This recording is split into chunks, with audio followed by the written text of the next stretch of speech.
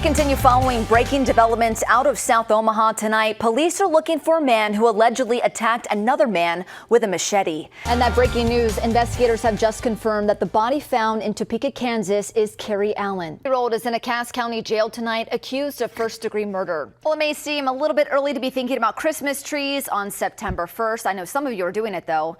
Supply could be lower this year. Two of their most important staples, oak barrels and bottles, they're hard to come by. Again, though, just be careful whenever you're heading out for your morning commute tomorrow, because a lot of that slush out there is probably going to turn to ice. So Very just be cold careful. Start. Yes. I know that you guys have already signed some players. Are any of them familiar with Nebraska? We've got some stars that have come out of the Cornhusker State here. Yeah, I've always wondered if you can catch. Lauren can. LT I There you go. can. This is just a fraction of what we've collected so far today. We've had crews out here since 5 a.m. Since Republican candidate Jim Pillen is declining to debate his opponent Carol Blood, the two are using events to tell voters where they stand on the issues. And the former candidate for Nebraska governor and wealthy businessman is putting in the seed money for the PAC, but won't say how much. So you can see there's quite the assembly line going here. Everybody's kind of helping out. These toys are going to make their way to the Salvation Army, and then they're going to be given out to kids in need this holiday season. So again, come on by 192nd and West Dodge. We're going to be out here till 7 o'clock tonight. So you've got a little bit over 2 hours to go. Bring your donations on out here and help local families in need. John, Jacqueline, I'll send it back to you. Well, Lauren, just wait. Hold on. We have 20 questions for you. Can you hear us? What, John? What can I help you with? Oh, okay. That was good, LT. You almost caught that package too, right? Live on air. Gotta love it. Yes. I mean, you got to get the toys on the truck, you know, no stragglers. Tonight's show was really good. Oh, did you bring me a twin snake? Not exactly, but Oh, lollipop. What flavor is lollipop. this, though? Birthday cake. Not my favorite, but I'll still eat it. Thanks, Joe. We'll be Great. right back. That news coming down just minutes ago. It's the first time updated vaccines have received emergency use authorization in the U.S. Both combine the original vaccine with the one that targets the BA4 and BA5 Omicron subvariants. Both companies submitted applications to the FDA for emergency use authorization for the updated vaccines last week. 6 News' Bella Caracta has been working to get new information today, and she joins us now live in the studio with what she's learned. Bella, thank you. And according to the CDC, the most common symptoms of carbon monoxide poisoning are headache, dizziness, upset stomach, vomiting, chest pain, and confusion. The symptoms are often described as flu-like, and if you start to feel any of these symptoms, get to fresh air immediately. We got a break from the heat today, but it'll be back tomorrow, and we've got storm chances on the way. How soon? That's the question. Emily Roller joins us now. Emily? State Senator Michaela Cavanaugh says she fears Nebraska taxpayers were the victim of fraud, and she wants the State Patrol to launch an investigation. This all centers around St. Francis Ministries, a company that was providing child welfare services in our area. According to a Kansas newspaper, St. Francis Ministries filed a lawsuit to recover millions of dollars from its former CEO, chief counsel, and IT director. The suit accused them of excessive billing and misusing company credit cards. Senator Cavanaugh says she fears Nebraska was defrauded. Today, she asked the state attorney general for an investigation and for the state to preserve potential evidence for a potential lawsuit later on. High drama and no decision today. The Justice Department and the Trump legal team squaring off in a federal courtroom. It's over whether an independent special master is needed to oversee classified documents seized from Mar-a-Lago. Trump's legal team argues that without a third-party review, DOJ investigators could leak aspects of their investigation. Trump's attorneys are zeroing in on a photo showing the FBI recovered top-secret material from Mar-a-Lago. Trump's team alleges that the documents were, quote, spread across the floor for dramatic effect. The former president defending himself today on a conservative radio show. Trump calls the investigation political while pointing to his rising poll numbers, claiming that the legal troubles are actually helping him. A new report out today on math and reading scores for 9-year-olds. We've got that story coming up next. Well, millions of residents are being asked to cut back on their electricity for days, and a new wildfire is still burning out of control along Interstate 5 in Los Angeles. Mike Valerio has the latest from LA. COVID-19 appears to be having an effect on the U.S. education system. Today, the National Center for Education Statistics released a new progress report for 2022. It says math and reading scores for 9-year-olds in the U.S. has fallen drastically since 2020. This is the first national report comparing student achievement from before and after the start of the pandemic. The organization says overall math scores dropped 7 points, while reading scores are down by 5 points. This marks the largest decline in reading since 1990 and the first time math scores have ever declined. Well, it may seem a little bit early to be thinking about Christmas trees on September 1st. I know some of you are doing it, though. Supply could be lower this year. In New Jersey, consistent drought conditions have created a situation where Christmas trees have just dried due to the drought this year. In Monmouth County, New Jersey, the dry weather started earlier than most, and conditions have reached severe status. That's according to the U.S. Drought Monitor. It takes 8 to 10 years to grow the average Christmas tree, which is about a foot of new growth per year. However, tree farmers say this has not been a good year. Just got to get through a few of those Friday night storms. Of course, we're watching that with some of those high school football games. We'll be keeping our eye on it, but the whole weekend, though, after the storms tomorrow night, looking really nice, especially compared to last weekend. Good grilling weather. Yes. All right, thanks, Emily. Husker volleyball back in action on the court in Lincoln tonight. Next in sports, how the #2 team in the nation fared against competition from California. Joe, you need to listen more often. Yeah. Emily's trying to help you. Yeah, he's worried about his hair. And yeah, hopefully she doesn't hijack the show tomorrow. She might. Severe weather do rolls that. through. Daybreak is at 4:30. Good night.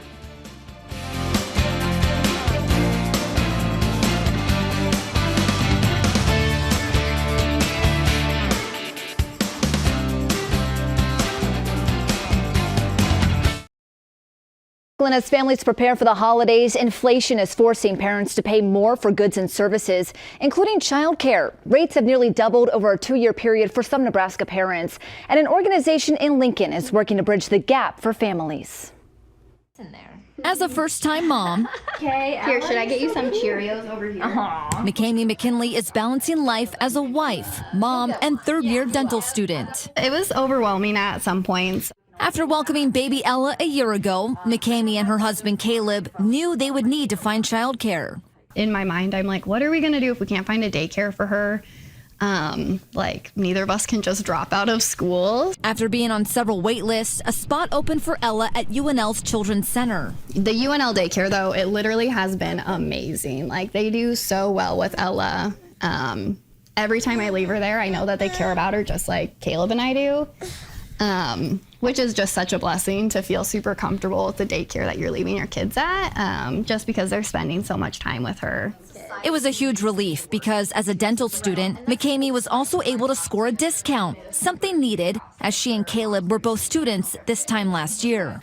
We did apply for that, and we did get some financial assistance for daycare, which was great when we didn't have any income other than paying to go to school as 2 students. Childcare is a huge expense for parents. Suzanne Schneider and Ann Brandt are with Lincoln Littles, an organization helping families afford high-quality care in early childhood education. The cost of childcare has and continues to be higher than it costs for a year of tuition in college. In fact, childcare costs have nearly doubled in Nebraska.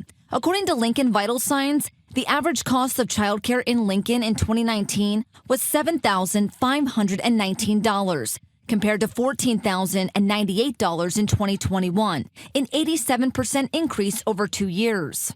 McKamey and Caleb are paying about $1,000 a month, and that's with a discount. Joshua Zoski and Molly McPherson are in the same boat. They're married with a 3-year-old daughter, and they're both PhD students at UNL. Because they're neither full-time students nor full-time workers, they don't qualify for extra assistance. And so we could only pay for, in that sense, half of a week of childcare with supplement. Childcare costs are affecting Nebraska families. The rising prices becoming a barrier to some parents participating in the workforce. It's why Lincoln Littles is working hard to raise awareness about the increasing rates. I think, childcare is the workforce behind the workforce. And so if we don't have childcare, other people in the community can't go to work. First responders can't be first responders. Hospital staff can't go to work. Teachers can't teach. And so if our communities and our public systems don't wake up and have awareness and provide support in some way, then it impacts entire communities and the industry of the entire community. Lincoln Littles raises funds and then grants that money to families who need assistance with childcare. Both Ann and Suzanne agree the childcare system in place now is not working for Nebraska families. A major solution is recognizing childcare as a public good. We've got public school systems where you can send your child to school without a tuition cost, but we don't have that for childcare. And so there may be pockets of opportunity there, but generally speaking, it's private pay through parents. And so most people need childcare, and yet we don't have a good solution for public funding.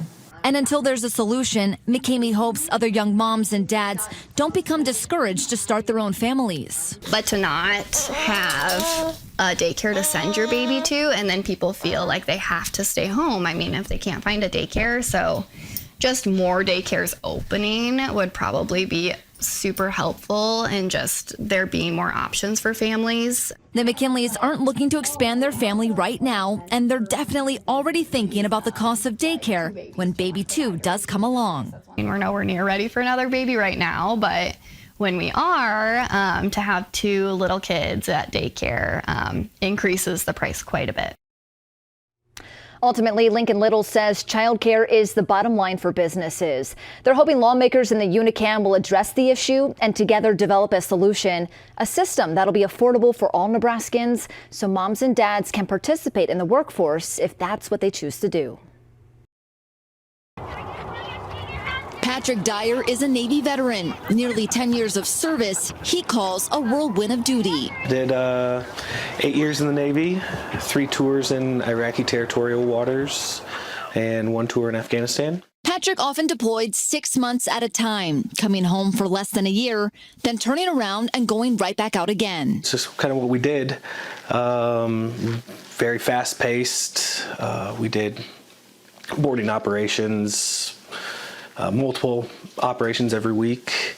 And during his last tour in Afghanistan, we took casualties. Yeah, we lost a bomb tech. Have a couple friends that have lost limbs. In 2012, Patrick left the Navy. He came home and became a police officer in Logan, Iowa. You started off as a police officer. You're working the night shift, so trying to sleep during the day. Just kind of getting used to 4 or 5 hours of sleep.